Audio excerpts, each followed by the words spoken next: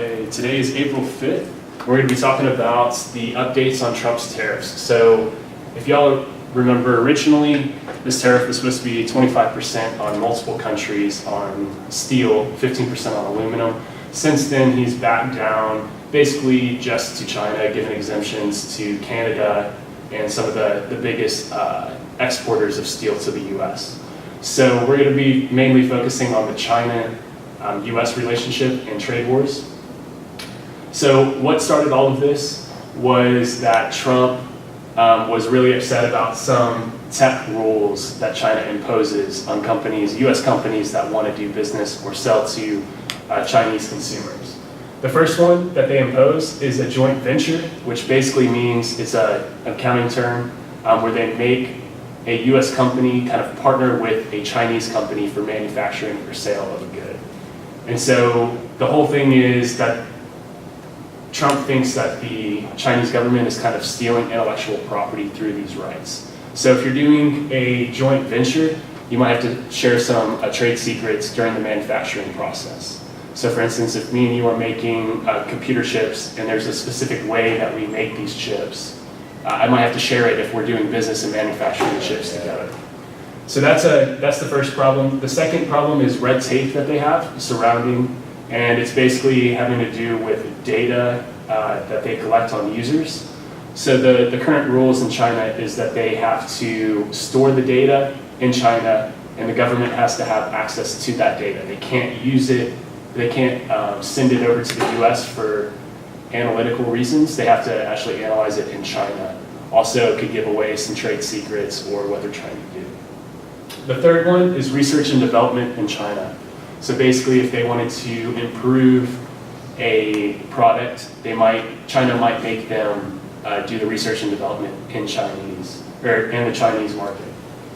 So these are the reasons why Trump was targeting China.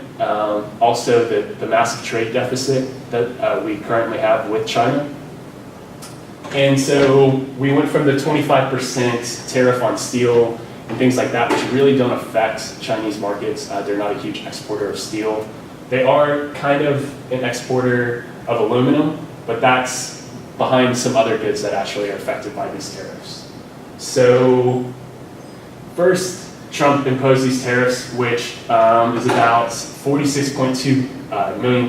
They're trying to impose a $46.2 million tariff on Chinese exported goods. So it's not actually the 50, it's pretty close. They just round up a lot in the news. It's actually the 46.2 billion, which accounts for 10% of their exports. And their biggest, the products that are going to be hit hardest if these tariffs do go through is televisions, mid-sized cars, and aluminum. Now, the Chinese government kind of responded on this tariff by imposing their own, and they're actually a little bit stricter than the US's tariffs. So they imposed a $49.8 billion tariff on US goods, which accounts for 38% of the exports to China. So you can see the major difference that the US was only targeting 10% of their exports, as where China is targeting 38% of US exports. And the US goods that are going to be hit hardest is the large aircrafts, soybeans, large passenger vehicles, propane, electrical vehicles, and cotton. So it's kind of interesting. A lot of people freak out. The market's been freaking out on these trade war news. But if you actually break it down, and I talked about it whenever these tariffs were first introduced, I remember you were here on the, we actually broke down the part of what net exports actually equal. I said, economically, it's not going to affect GDP that much. And if you take their 50 billion over the US GDP, of course, this is going to be a rough estimate. It could be a lot more. But you're looking at a 1/5 of a percent, a 1/6 of a percent of US GDP. Not even 1% of US GDP, and the market's reacting like it's going to cause this huge upset and uproar, maybe the next economic depression. Now, I'm not saying a trade war is going to be good or bad. You know, I think Trump is ultimately using this as a negotiation tool. So we'll kind of see. But with all of that said, do y'all have any questions about this before I kind of break down the timeline, when they're supposed to actually come to an agreement or when these tariffs would be imposed. Or soybeans. Soybeans is actually the second largest export that we do to China. The first one being large aircrafts.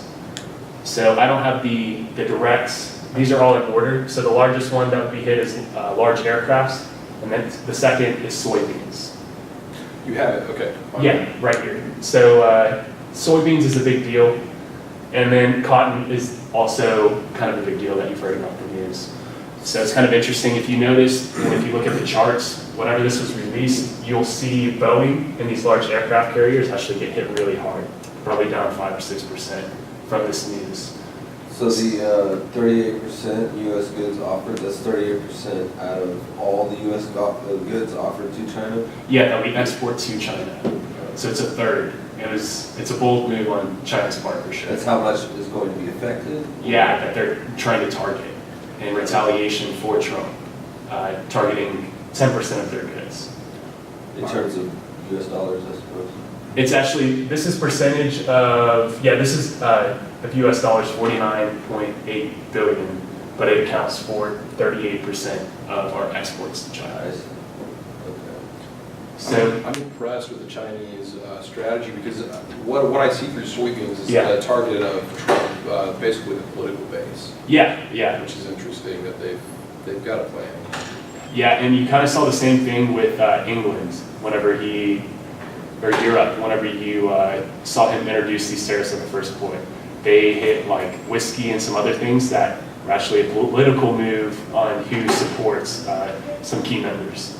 So yeah, you kind of see the same thing, and then you know that China's going to say, well, we're just matching your amount. They're not taking the percentages into consideration. They're just going to say, we're matching your $50 billion tariff. So they're trying to play that kind of game. So the timeline is that they have 30 days to negotiate this deal, and they left it open for comments. They're not actually, I don't think they care about the comments too much of these industries. They're just giving themselves room to negotiate. Now, the tariffs could take place soonest 210 days from today. So you're talking a long way out, over a year and a half out. So it's kind of interesting that the market's already trying to price these things in. I think the market's honestly just looking for a reason to consolidate.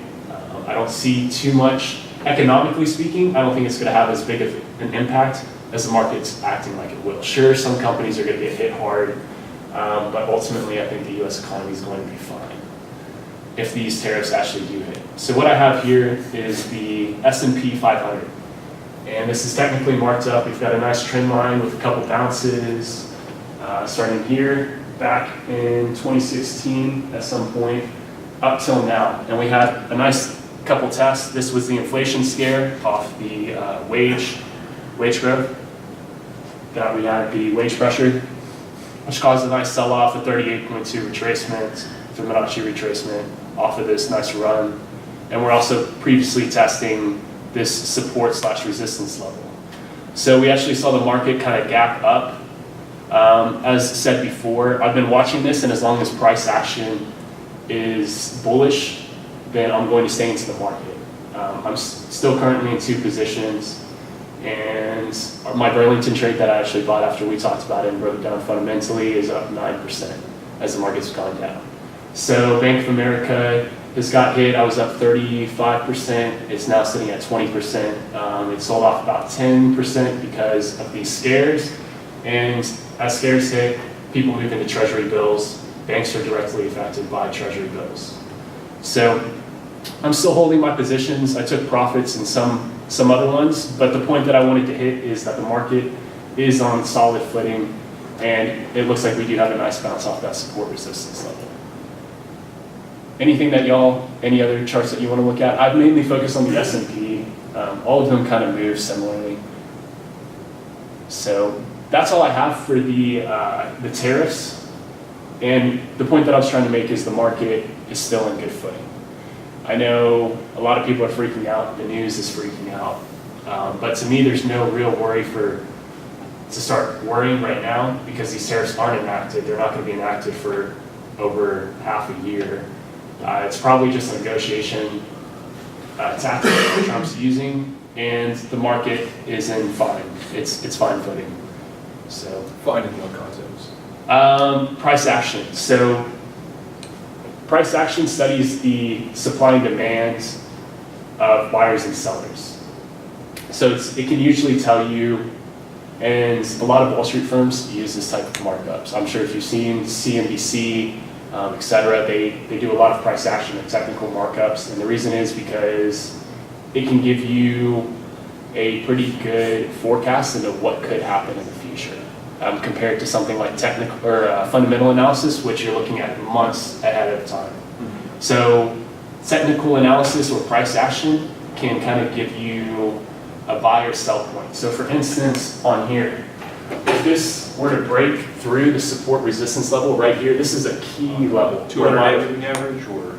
No, these, I don't use moving averages, and I'll go through why I actually like price action a little bit better, because if you use simple moving averages, you're actually using a mathematical formula on price. This is the purest form that you can get of analyzing price. Well, I don't know that I was suggesting using the moving averages as entry-exit indicators, but definitely. So you see, like the first dip, was it late February? Yeah, right here. Right here. So that actually the lowest part of the candle wick, that actually just touched Exactly. the 200-day moving average. So I think that's what indicated to a lot of, I don't know if just a lot of buyers rushed in and said, yeah. I personally didn't make trades, but I know of several people who have made great profits just using ETFs. I mean, so what is the difference in price action? I mean, what you're using it to identify entry-exit points. So simple moving averages are actually the exact same thing, but they're using a mathematical formula to try to find the trend line. That's all they're doing. So for instance, this is a straight line. There's no doubt about it. But a simple moving average is trying to do the same thing, but mathematically. Okay. The reason why these patterns and these numbers are important is because algorithms. I'm sure as you know, algorithms make up about 95% of US volume in the stock market. So I promise you, there's tons of algorithms looking at these key levels, and they understand that this is a perfect, the risk to reward ratios at this particular point are so great. That's why you'll see these massive moves at these technical levels. It's all based on risk reward, probabilities, odds. So if you're interested in that a little bit more, we do cover it. There's some videos that I can refer you to where I kind of talk about it a little bit more. So, but anyways, as I was saying, these are key levels that have been tested. And I would look to maybe take profits or exit the market if we started to see a breakdown of price below these technical levels, because that tells me that a huge uptrend where buyers are buying aggressively and they're defending their positions is starting to change. The momentum is starting to change. I'm considered a swing trader. So I'm not a day trader. I trade for positions for a couple weeks, months at a time. And I study trends and momentum. So this is a huge trend, as you can tell if I zoom out a little bit more. These are the type of moves that I'm interested in catching. I'm not interested in these small intraday movements. I'm interested in catching massive moves like this, where you hold it for maybe a year or 2 years, depends on the position, depends on the stock. So once when momentum starts to switch, I'm going to look to exit my position. Now there's tons of strategies. The way that I do things isn't the only way to do things. You can make a lot of money using a lot of different strategies, but this is what works for me and what makes sense. So if this starts to break, then it tells me that buyers, because buyers are buying more aggressively at higher levels, are starting to lose their strength. Sellers are actually starting to overpower. Sellers are starting to overpower buyers. So that's whenever I look to get out of the position, because I'm not sure where price can consolidate and start a new movement, or where buyers are going to start buying aggressively again. So I'd rather just be out of the market.